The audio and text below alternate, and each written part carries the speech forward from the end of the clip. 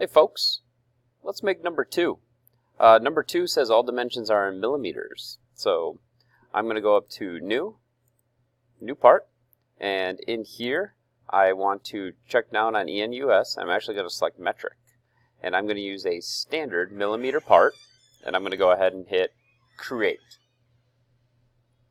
Once I create that, I'm going to hit Start Sketch, and I'm going to select a face. So in this case, I think I want to draw this face. It looks pretty easy.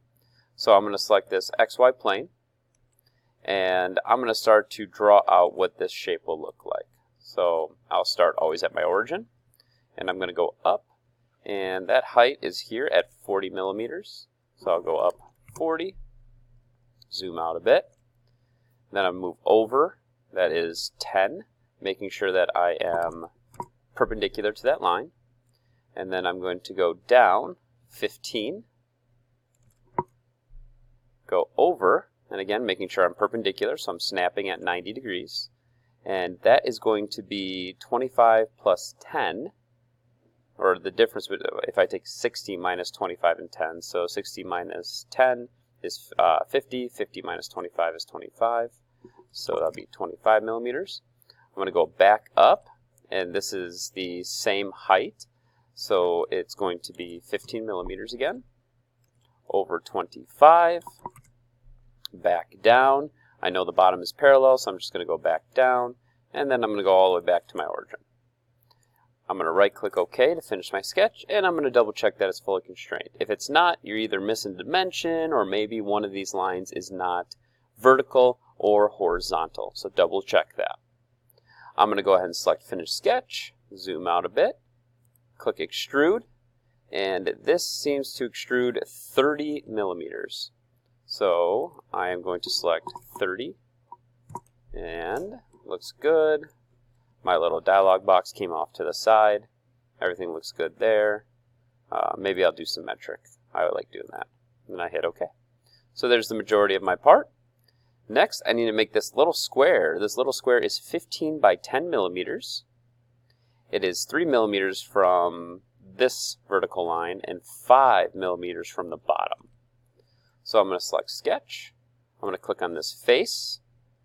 If you don't have the yellow lines that pop up, make sure you select Project Geometry and click that face. Those yellow lines will show up for you. I'm going to click Rectangle, and I'm going to draw this rectangle out. It said this was 15 by 10, so 15. Hit Tab, 10. Looking good. So I hit Enter. Now I just need to move this into the correct spot with some dimensions. So I know from this bottom line, I click on it, to this bottom line, that is going to be 5 millimeters. And then from this line to this line, and I'm just clicking on those, will be 3 millimeters. Good. Says I'm fully constrained. I'm going to finish that sketch. And now this is kind of a square hole, but we don't see how far it goes. If we read the note, though, it says the hole extends through the part. So I'm going to click Extrude. I'm going to select this middle. I don't want to add material, so my output Boolean, I want to cut. It's starting to cut into it. Now instead of selecting a distance, I want to be smart here. I'm just going to tell it to cut through the entire part. The preview looks good, goes all the way through. I'm going to hit OK. At that point, we can check the volume by going File, Eye Properties, Physical, Update, and I have a volume of 51,750 millimeters. I go ahead and save that, File, Save As, into my Unit 4 folder that you had to set up from before. And this is going to be 4.2, number 2, I believe. Yep. And I'm going to save that. And that part is done. And there it is. All right, ladies and gentlemen, thank you.